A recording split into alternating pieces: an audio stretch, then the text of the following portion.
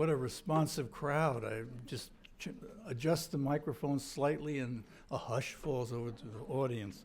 Well, I'm very pleased, delighted to welcome all of you to this Sorensen Distinguished Lecture on the UN. And Gillian Sorensen is here. I want to express appreciation from all of us to you, Gillian. Maybe you could even stand up. There you go.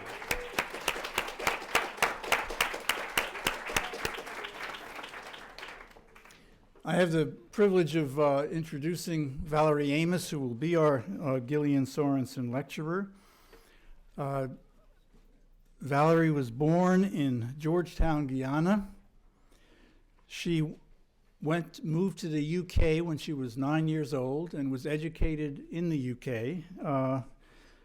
I just asked her, because her accent was so flawlessly UK, whether her first language was also English, British English, and the answer is it was. She has had a very distinguished career for more than 25 years in international relations in very senior leadership positions. Since July 2010, she has been the UN General Secretary for Humanitarian Affairs and Emergency Relief Coordinator. For those of us involved in these sorts of events, we think of her as the head of OCHA. She has also served as the UK High Commissioner to Australia. She has served as well in the UK Cabinet as the Minister responsible for international development. A very distinguished career, lots more to it. You can read about it in your program. I now have the great honor of presenting to you Valerie Amos, who will speak for about 15 minutes, after which she and I will have a brief conversation, and then we'll open it up for your questions and comments. Thank you very much for being with us.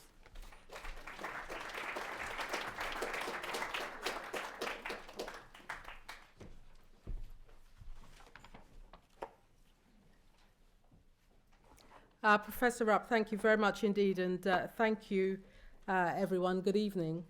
It's a great pleasure to be here at the Council on Foreign Relations, an institution which I think has provided a platform for critical engagement and discussion into the pressing issues of our time: global governance, conflict, peace, human rights, and security. And I'm particularly pleased to be joining a list of distinguished contributors to the Sorensen Lecture Series on the United Nations.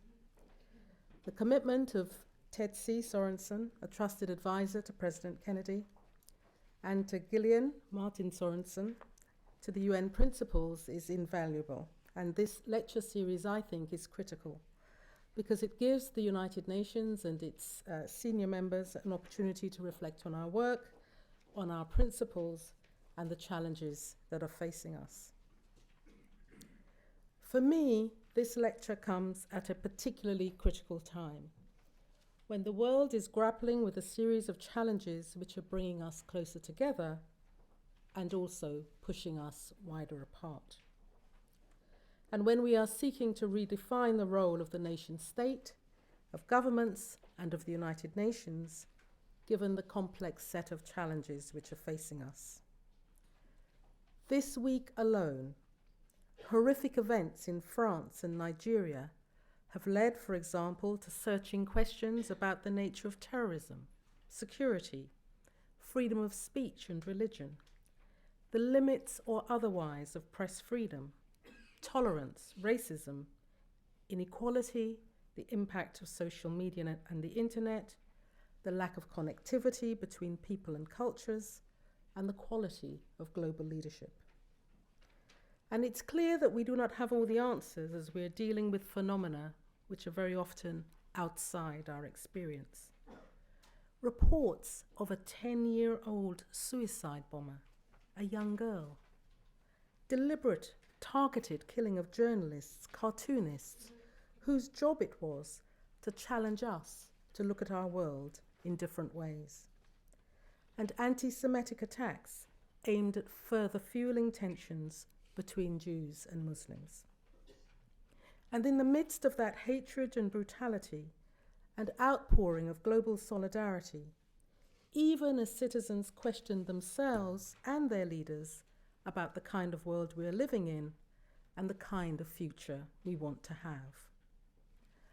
Our world seems to be in turmoil, and nowhere is this more evident than in the work that I do in humanitarian affairs. So many contradictions played out daily as we see the impact of conflict and crisis on people's day-to-day lives. I've often said that in our work, we see the worst of humanity and the very best. Mindless violence, abuse, particularly of women and children. And in the midst of it all, people sharing what little they have, supporting, protecting, and helping each other. Humanitarian work is under significant pressure as we face growing needs around the world. This year, 2015, 78 million people in 22 countries require urgent humanitarian assistance, and we estimate that it will cost $16.4 billion for us to help them. That money will provide urgently needed shelter, essential healthcare, education, food. It will help people to survive, but what it will not do is help people to rebuild their lives. Because without resolution to conflict, people will continue to flee brutality, and without early warning systems and risk mitigation measures, people will continue to suffer the impact of hurricanes, drought, floods, and other natural disasters. Without investment in mitigation and other measures, climate change will deepen the impact of recurrent natural disasters.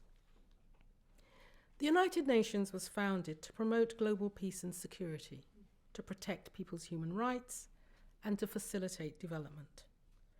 Every year, more is expected of the UN, and yet it is an organization which is limited not by the vision of its founders, but by its members today. 193 countries, each with different interests and perspectives, reflecting the changes we have seen in the nearly 70 years of the organization's history. The United Nations has needed to change as the world has changed, and we have seen some significant successes.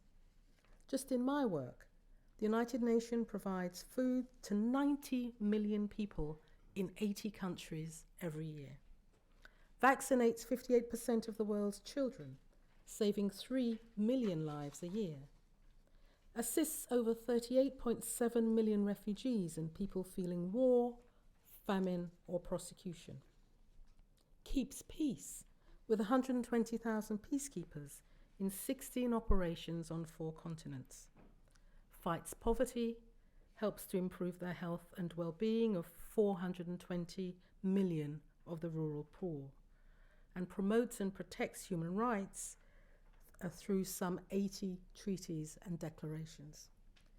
But somehow we forget all that because we focus particularly, I think, on the political side of the United Nations.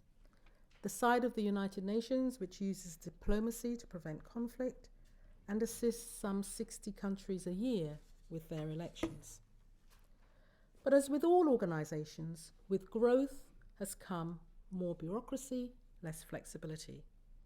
And we've seen changes in power dynamics between countries and regions reflected in the ways that issues are debated and discussed, indeed in the way that they are resolved. And we see this as well in humanitarian work. More is expected of us than ever before. We're called on to provide life-saving assistance and protection of civilians, but we are not necessarily given the tools to do it. Civilians are killed and injured in targeted or indiscriminate attacks in violation of international humanitarian law and often with complete impunity. I cannot remember the number of times I have reported to the Security Council and asked them to make strong statements, which they do, about what is happening in the world, but it doesn't necessarily change what is happening on the ground. 82% of the people who were killed or injured by explosive weapons in 2013, the last time we have figures, were civilians. Violence and other forms of persecution force an average of 23,000 people per day to leave their homes to seek protection elsewhere. Too often, humanitarian organizations are called on to fill the glaring gaps that emerge when states neglect to fulfill their duty to safeguard their citizens. Think, for example, Syria or South Sudan, or where, as a result of conflict, the state apparatus has become weak, fragmented, or almost non-existent, as in the case of Somalia or the Central African Republic. Humanitarian actors are increasingly being called on to deal with the consequences of crises that essentially have their roots in a complex set of interrelated factors: poor governance, political paralysis, underdevelopment, rising levels of poverty and inequality. And these dynamics in many countries are overlaid by the growth of terrorist and radical armed groups and challenges to democratization, which create further instability. Add to this mix climate change, environmental degradation, population growth in some parts of the world, and the consequences of increasing levels of internal displacement and forced migration. The average length of conflict-induced development is a staggering 17 years. Despite the economic gains we have seen in many countries, inequality is rising, and poverty and instability often go hand in hand. Half of the world's extreme poor live in fragile states. We are seeing a convergence of global trends, which is increasing the risk of major crises, their scope and complexity. Conflict and complex emergencies drove over 75% of humanitarian response needs last year, and most of the conflicts we are responding to have implications far beyond their borders. The crises in Iraq and Syria, for example, have consequences across the whole of the Middle East and beyond. The fall of Gaddafi in Libya led to major insecurity and spread of weapons across West and Central Africa, the impact of which is still being felt today.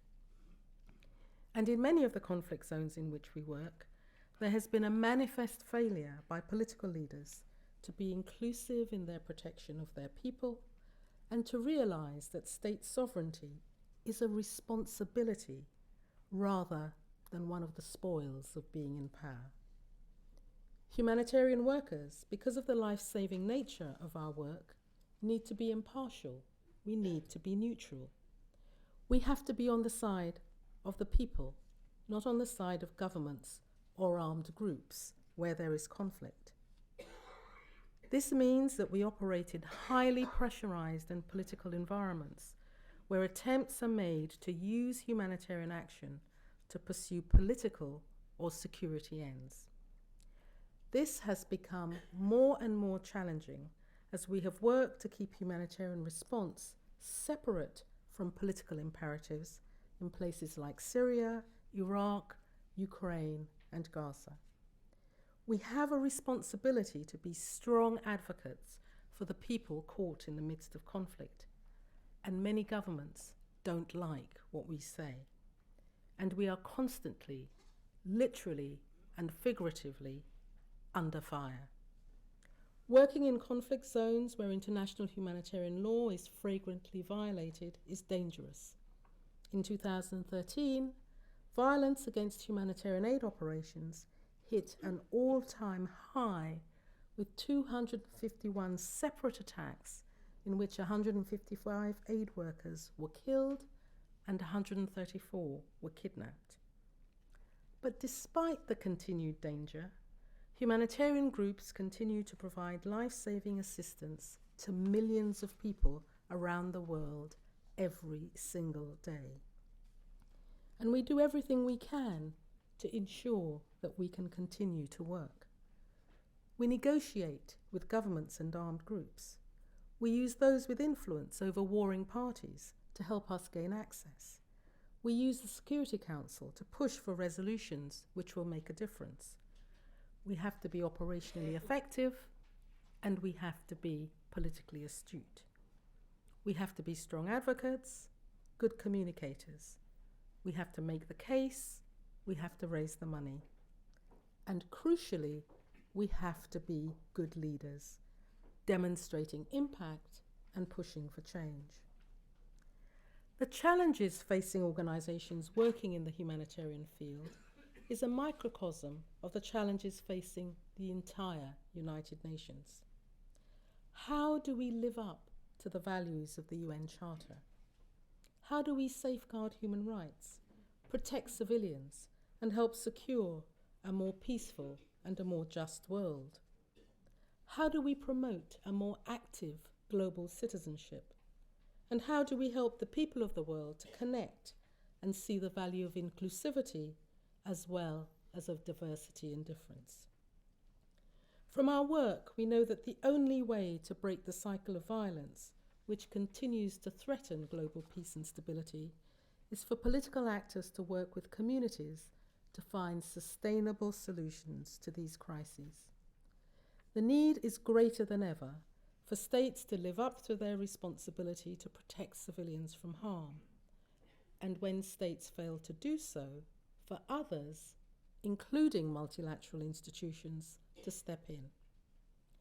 The tools available to the international community now appear extremely limited in light of the complex set of challenges we face.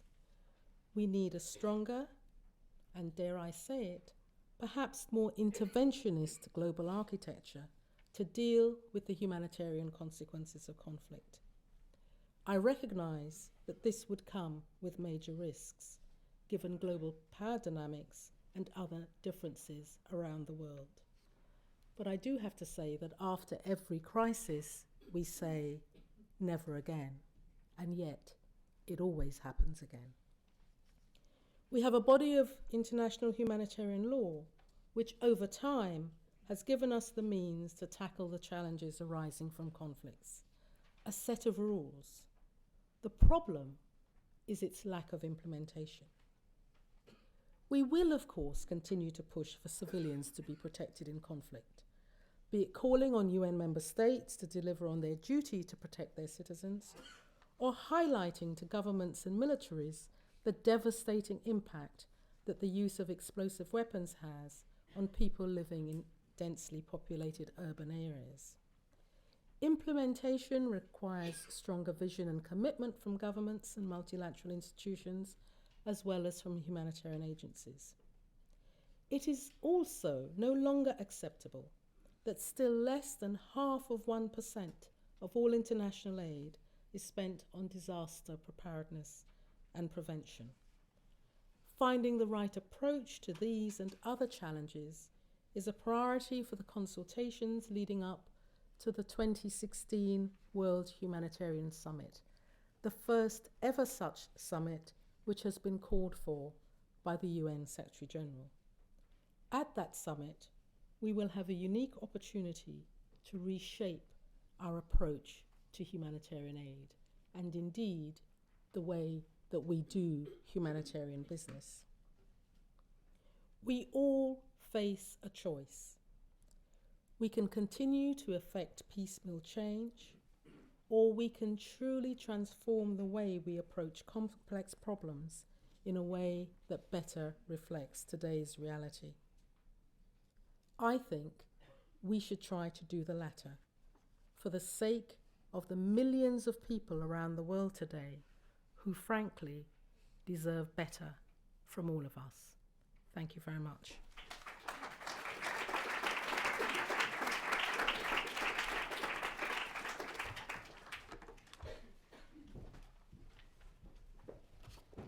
Thank you. I hope that's not my phone. I'm sure you turned it off just as everyone else. I tried. Valerie, thank you very much for that accurate description of just how somber the current situation we all face is, and also the very upbeat portrayal of the humanitarian mandate that you have lived now for these multiple years. Thank you on both counts. I share all of your hopes and aspirations for how we might be able to do better. But I guess I'd like, in the couple of minutes we have before we open up the questions, to hear a little bit more of your experience down on the ground, down to earth. You've had the really rare experience of being in a leadership position for an individual influential country, namely Great Britain, and also in your role, a very senior role at the UN. Maybe you could tell us a little bit about an example of a high point and a low point in each of those involvements, or ways in which the two roles are different. I suppose the thing that I think is the lowest point for me, and many people tell me it should not be, is that I really feel that we have failed the people of Syria. I've been in this job for 4 years, and Syria has really, I think, defined the time that I have been in this job. And when I first visited Syria 4 years ago, I was trying to persuade the government that they had a humanitarian crisis on their hands as a result of the conflict. And at that time, we were talking about 1 million people inside Syria in need of some form of humanitarian assistance. In just 4 years, that number has climbed to over 12 million. I mean, we have watched that happen. We as a world have watched that happen. More than 3 million people have fled to neighboring countries. The brutality, the level of brutality that people is facing is indescribable. I have personally, and so have my colleagues, spent a huge amount of time getting aid. I mean, I think what humanitarian workers have been able to continue doing in Syria is absolutely extraordinary in the most difficult and dangerous circumstances. And we are feeding millions of people, getting healthcare to millions of people, but I still feel that we have failed, because we have watched a country descend into war and conflict, and we haven't been able to stop it. I think with everyone in a position of some responsibility and authority, needs to take some responsibility for that, whatever I have been able to do. And people keep reminding me that I have been able to do a lot. So I see that as very much as a low point. I think as a high point, in my career and in the work that I do, it is just the extraordinary people that I meet every single day. I mean, I've been to some of the worst places in the world, Central African Republic, Somalia, Afghanistan, South Sudan, Democratic Republic of the Congo. I've watched people fleeing violence. I've watched children on the brink of death in malnutrition centers, and yet I've seen the extraordinary hope that people have, that the world will help and support them, and that they will come out of this. And I've seen people want to help themselves from day one. I remember last year when I went to the Philippines within days of Typhoon Haiyan, and Tacloban was absolutely devastated. There was hardly a building left standing, and yet people within hours were trying to find ways of creating, shelter for their families, whilst at the same time trying to find the bodies of those that were missing. I mean, and I kept saying this is a resilience that we should, a level of resilience that we should not expect people to have, and yet they do have it. So, this has been the most extraordinary job I've ever had, precisely because in the midst of utter devastation, people remain strong and extremely positive. Well, that's, having shared with you going to all of those places you mentioned, I certainly agree with that. And I think it is when people ask you, well, doesn't it get depressing? The response to that is the one you just gave. As awful as it is, there are people who demonstrate the resilience and the will to not only help themselves but help others. That is, brings out the best in people. But let's go back to the low point, to Syria.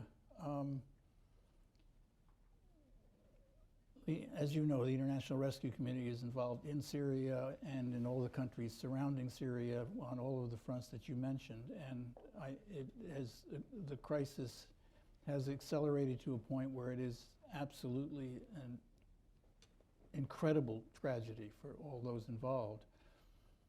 And we in the international community have watched it accelerate from a very small problem to now the largest problem that the international community has faced in a long time. You mentioned that international relief and development organizations have to exemplify impartiality in the way in which their goods or services are distributed. You mentioned neutrality. You didn't mention independence, but I'm sure you agree operational independence is also critical. Given the commitment to neutrality in particular, how do you think we can or should have been more effective in dealing, we in the humanitarian community, with the crisis in Syria? I think it's not just a problem for the humanitarian community. I mean, I think that is part of the problem. The big issue in Syria is that we have not managed to find a political solution to a major political crisis in that country. So, humanitarian organizations and humanitarian workers have been doing everything they can. So working from inside Syria, working across borders from Turkey, Jordan. I mean, there are some NGOs doing extraordinary work that have been working, particularly from Turkey, over many, many years, establishing relations with communities in the north of Syria that has actually allowed them to continue working there even now when those areas are under ISIL control. We don't know how much longer that will last, but they're able to work there because the communities themselves want them to be there and are challenging ISIL as ISIL is trying to get those organizations out. I think that there were questions raised, for example, about the fact that the United Nations was working inside Syria, working with the government of Syria to get aid across conflict lines inside Syria. I absolutely defend the decision to do that because our job was to try to reach all Syrians in need of aid. And this is a government that still controls territory and still controls a security apparatus, for example. We work with the government, we've worked with armed groups. It's been a very challenging environment because of the proliferation of different armed groups on the ground. Perhaps we could have pressured the Security Council earlier to get some of the resolutions that we did.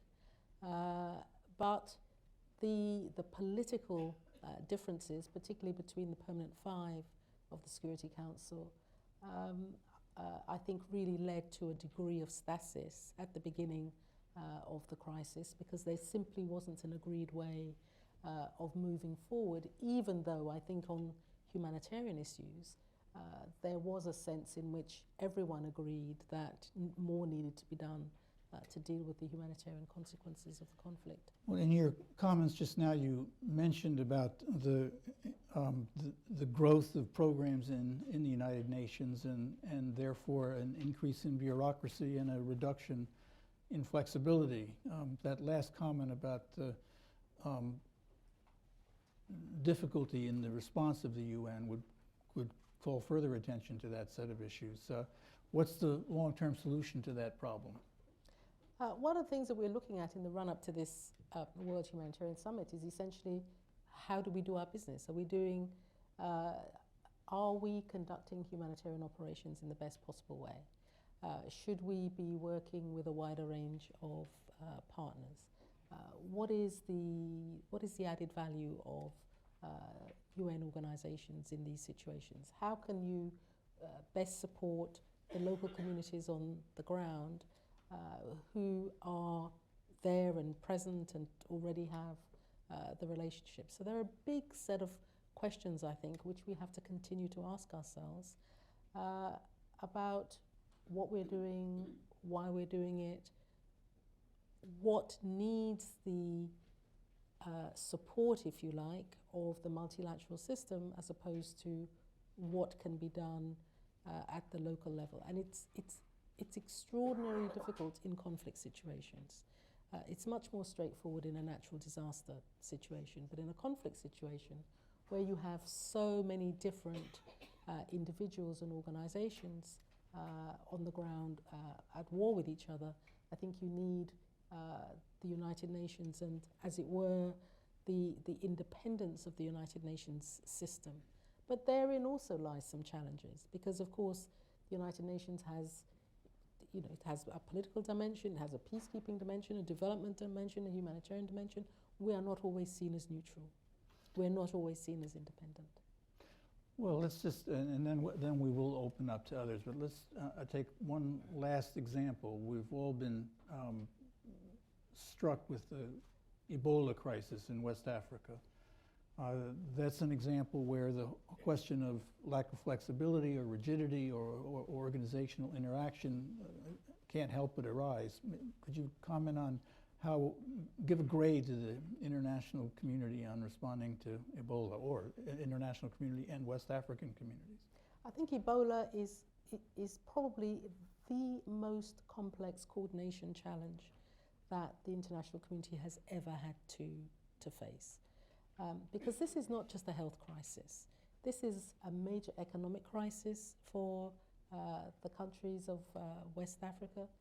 It's a major social crisis for those countries as well, with some big questions and challenges around how communities traditionally operate. We make lots of assumptions, I think, in the criticisms that have been made of the Ebola response about how we think healthcare is managed in those countries. These are countries that are post-conflict countries, very poor infrastructure. In most of those countries, in the rural areas, people probably haven't even seen a clinic or a health worker. So to then suddenly try to put in place structures to help to deal with something as contagious as Ebola, particularly when you're saying to people that your traditional practices in terms of how you bury your dead can no longer be carried out. I mean, it's a huge challenge, not just for the UN, but for the whole international community, and particularly for the governments of those countries. I think we all accept that we were too slow in terms of bringing those coordination elements together, but the way that the health aspects of this kind of replicated themselves so quickly over time was something which I think surprised us all. Okay, well, thank you very much for your candor and your recognition that there are challenges yet to be addressed. We'd like to open it now to questions from the floor. When I recognize you, please stand, say your name, and any other identification you'd like to give, and then put a question, not a speech, but a question would be good. Yes. Jeff Laurenti, thank you, Madam Undersecretary General, and for your lecture, but even more importantly, for having been doing God's work often at the gates of hell. I was struck by a passing reference you made, quote, "We need stronger and, dare I say, perhaps more interventionist global architecture in order to deal with the emergencies, humanitarian crises occasioned by conflicts." And so you have put something very big out there. I wonder if In a you very gentle voice. in a very gentle voice. I wonder if you could suggest to us what you personally think that architecture, what the pillars and walls or whatever of that interventionist architecture might be, how in situations where you have had political kind of international unity, Congo, Afghanistan, would it have made a difference? And how in situations where you haven't had unity among the Security Council members, Syria or arguably Gaza, would it make a difference to have a so-called interventionist architecture? Well, Jeff, I thank you for putting a question mark by the end of that.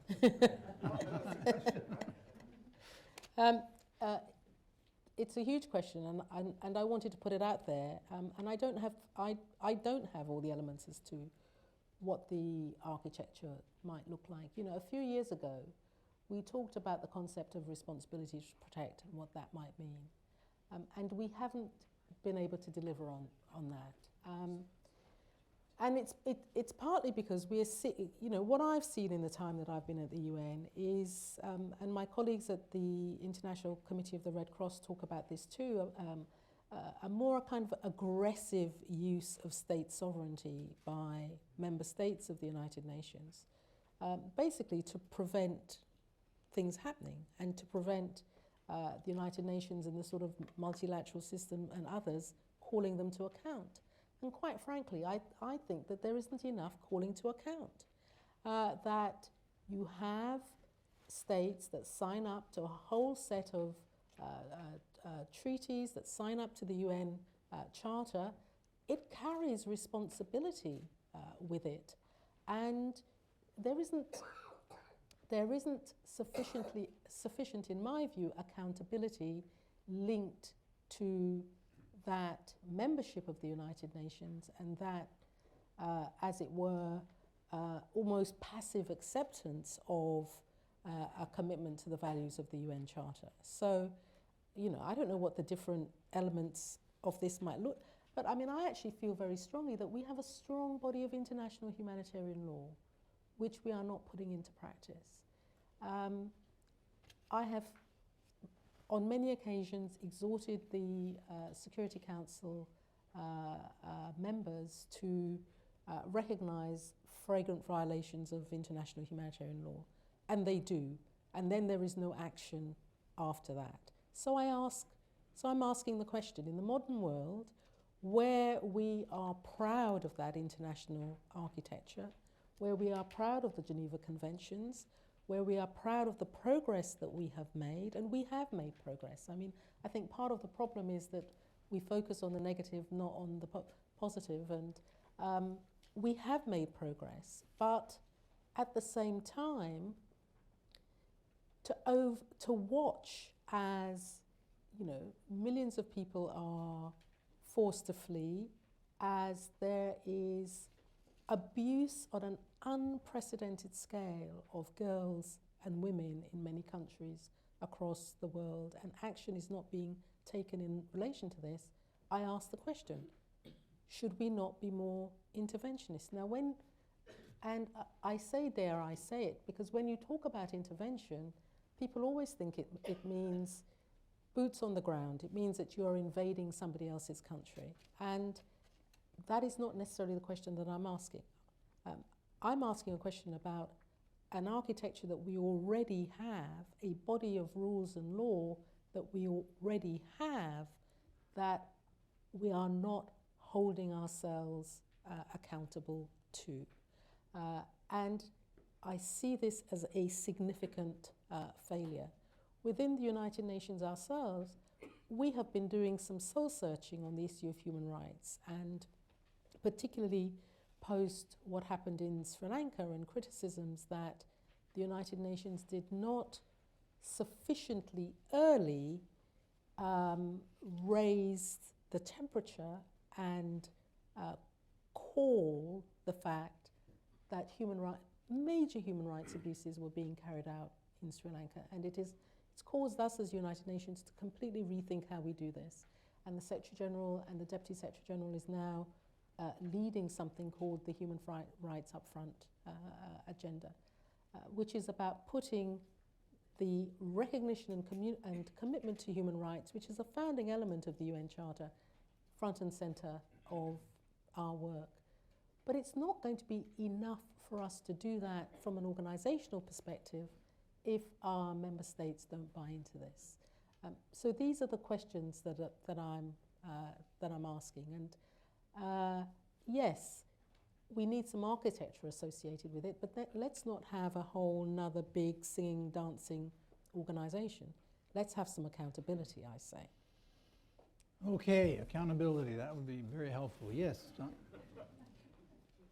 That's classic British understatement from an American. Yes. Thank you, George. My name is David Phillips with Columbia University.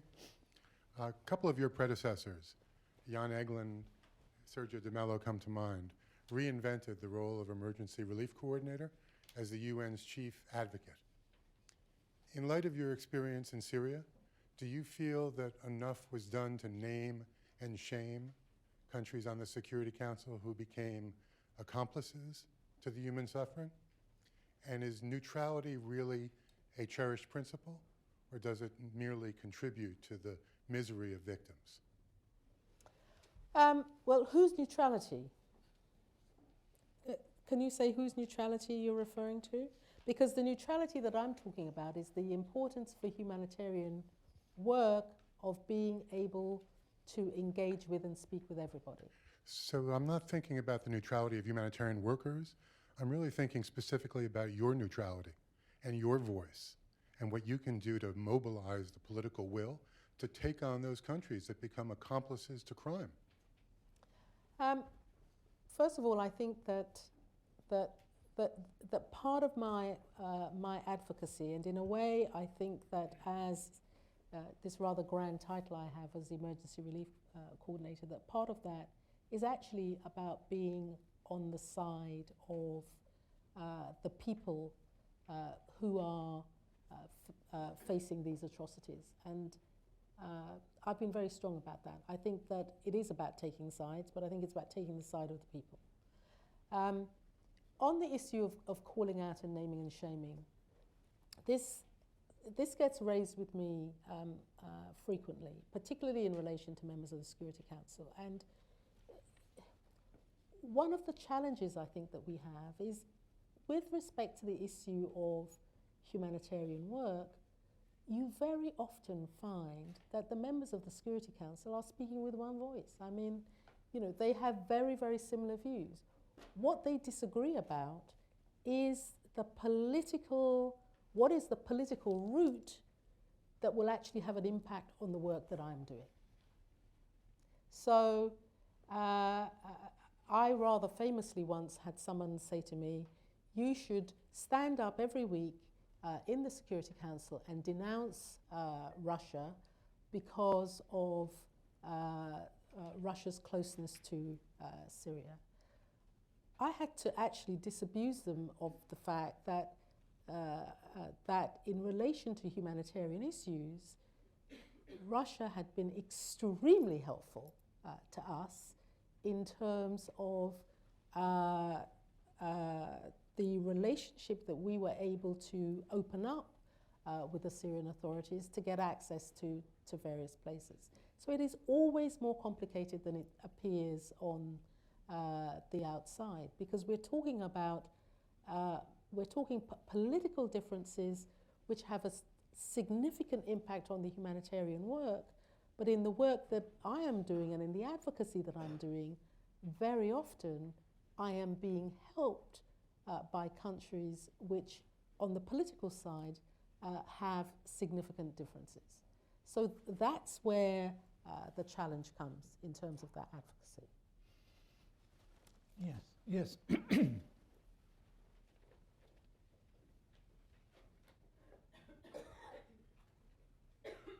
Hello, Ms. Amos. I'm a journalist at the, Evelyn Leopold, a journalist at the UN who sits at Baroness Amos's feet.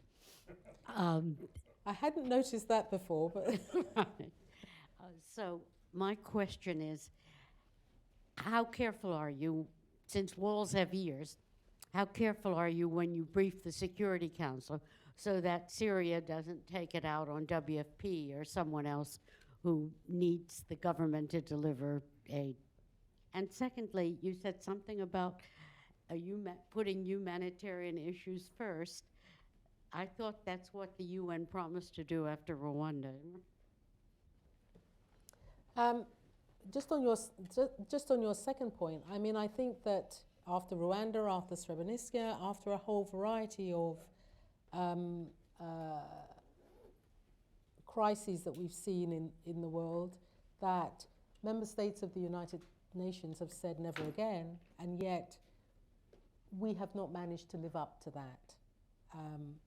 It was out of that we got the whole issue of, the responsibility to protect, that where you had an issue in a country where civilians needed protecting, that somehow we would we would look at this differently. But we have not been able to deliver on that because of the importance within the UN of the issue of state sovereignty and, as it were, non-interference in the domestic affairs of another country, and how you deal with that in a situation where civilians are being attacked, brutalized and violated is difficult. How careful am I when I brief the Security Council? I think I'm extremely frank and upfront when I brief the Security Council in what are called close consultations, because I think it's important that members of the Security Council who are reporting back, ambassadors who are reporting back to their capitals, hear from me what the reality is on the ground and what the implications of the actions that Security Council members and others have on our work. I don't feel that I hold back, and I think if you speak to Security Council members, they will probably agree with that. Yes, Don.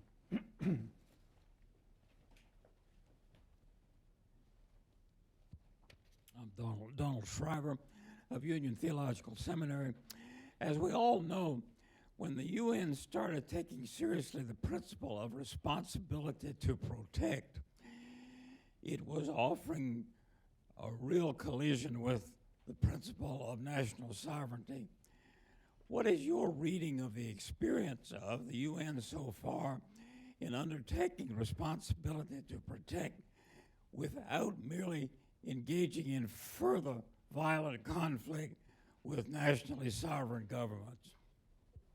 I think it's been extremely difficult to for the UN to really apply the principle of responsibility to protect, because what you do have is governments which then claim sovereignty, and I think that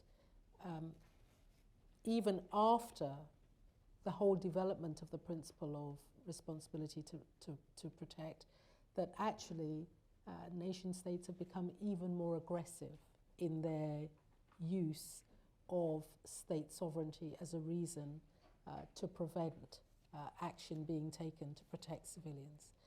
We saw this in Syria, where we had to go to the Security Council and get 2 resolutions to enable us to cross the borders from, for example, Turkey into Syria, and also Jordan and Iraq into Syria, across border crossing points which on the Syrian side were not held by the Syrian government. And I don't think that the Syrian government has ever forgiven me. They see me as personally responsible for pushing the Security Council to agree those resolutions. For me, taking an approach which is how best do we reach people across Syria who are in need of help and assistance, that had to be the cornerstone of our policy. And Security Council members agreed with that, and that's why we got those resolutions passed. And I think that there is a very odd thing happening, which is that on the one hand, you have governments at the United Nations that are pushing harder and harder the issue of state sovereignty, whilst at the same time their citizens are connecting through social media and the internet and actually taking less and less notice of their governments. So on the one hand, you need governments to put in place social programs, to provide basic social services and so on. But very often you have their citizens that are feeling that their governments are becoming increasingly irrelevant. And how you deal with that contradiction, I think, is also going to be a question for us for the future. Well, as we turn to another question, I can't help observing that as much as you had words of praise for the international humanitarian architecture, there do seem to be some real problems that still need to be addressed. And maybe in your next career you could work that out. Are there, I see a lot of men hands, so there are some women, yes. Hi, I'm Marcia Biggs. I'm a filmmaker. I'm working on a story on the Yazidi community in northern Iraq, targeted and attacked by ISIS. I'm just wondering if you consider that an act of genocide and what the UN is doing to try to retrieve the estimated 3,000 girls that are still missing and widely believed to be used as slaves and sold throughout the region. There are a number of minority communities that have been targeted that need support. There's contradictory information about numbers and who and where. And part of the responsibility, of course, we have as United Nations is to try and get as much data and information as we can so that we are operating on the basis of information that is as fact-based as possible. In terms of the reported 3,000 girls that are reported missing, we don't have data that actually confirms that. I mean, there is a lot of data that shows that a lot of women and children, not just from minority communities, but from across Iraq, but also in Syria, have been targeted. There are wildly different reports about the numbers. And what we can do from our work on the humanitarian side is to, as much as possible, get information and data from different communities, from the different organizations that we are working with, from the Red Crescent societies that we're working with the Gulf charitable organizations and others that are there on the ground as to what they see and know, so that as much as possible we can work to get those young women back. Do you believe those numbers are exaggerated? I cannot say whether those numbers are exaggerated. What I can say is that there are wildly differing numbers about how many have disappeared. In a way, my perspective is one young woman disappearing is too many.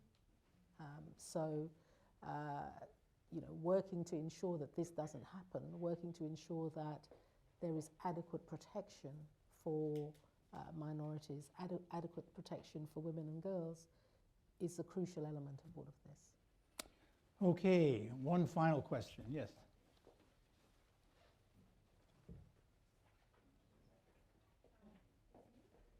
Yes, someone needs to give you a... Hi, my name is Alexandra Ceballos Ortiz, and I'm from Austria. I'm currently interning with IPS at the United Nations, and I've got a question concerning the Syrian refugee crisis. We are currently speaking about a failure of Europe and the United States, basically the Western world, and the highest number of Syrian refugees have fled to the neighboring countries. I just wanted to know, what's your position concerning the Gulf states? Why haven't they established a single refugee camp within their own borders?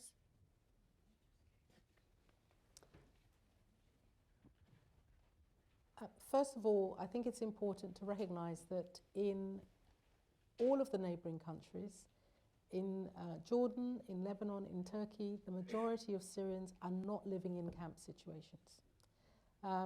So although there is a kind of focus on camps, I mean, particularly in Jordan, a focus on Zaatari camp, 75 to 80% of Syrian refugees in Jordan are not in a camp situation. The numbers are even higher in Lebanon, and again, the majority of refugees, even in Turkey, which has set up a number of camps on the border, are not in a camp situation. So the issue is not should camps be established. The issue is provision being made to ensure that Syrians that are fleeing violence in Syria are able to go to other countries, to be welcomed in those countries, and to be safe and secure in those countries. And what my colleague Antonio Guterres from the High Commissioner for Refugees is seeking to do is to make sure that the huge burden which is being placed on particularly Jordan, Lebanon and Turkey, where the majority of the over 3 million have gone. In Lebanon, for example, over 20% of the Lebanese population is now made up of Syrian refugees. I always use my own country, the United Kingdom, as an example. That would be the equivalent of 12 million people turning up seeking entry into the United Kingdom. So, one, we have to recognize the support that those neighboring countries require. We also have to recognize that the majority of refugees don't actually want to go too far because they want to go home. You know, they think, you know, many people that I spoke to in the first few days, first few months of the conflict thought it wouldn't last very long and they would be back home by now. People are desperate to go home to rebuild their lives. But that does not take away, I think, from the responsibility of countries across the world to recognize the major crisis that we are facing, not just in Syria. For the first time ever, the total number of displaced people and refugees across the world has topped 50 million people for the first time since about 1945. I shouldn't say for the first time ever. These are huge and significant numbers. And I think in each and every country has a responsibility, particularly given that the burden is usually on the neighbouring countries, and usually those neighbouring countries are themselves fragile. We all have a responsibility to look to ourselves to give what support we can. Well, please join me in thanking Valerie Amos for this. Thank you.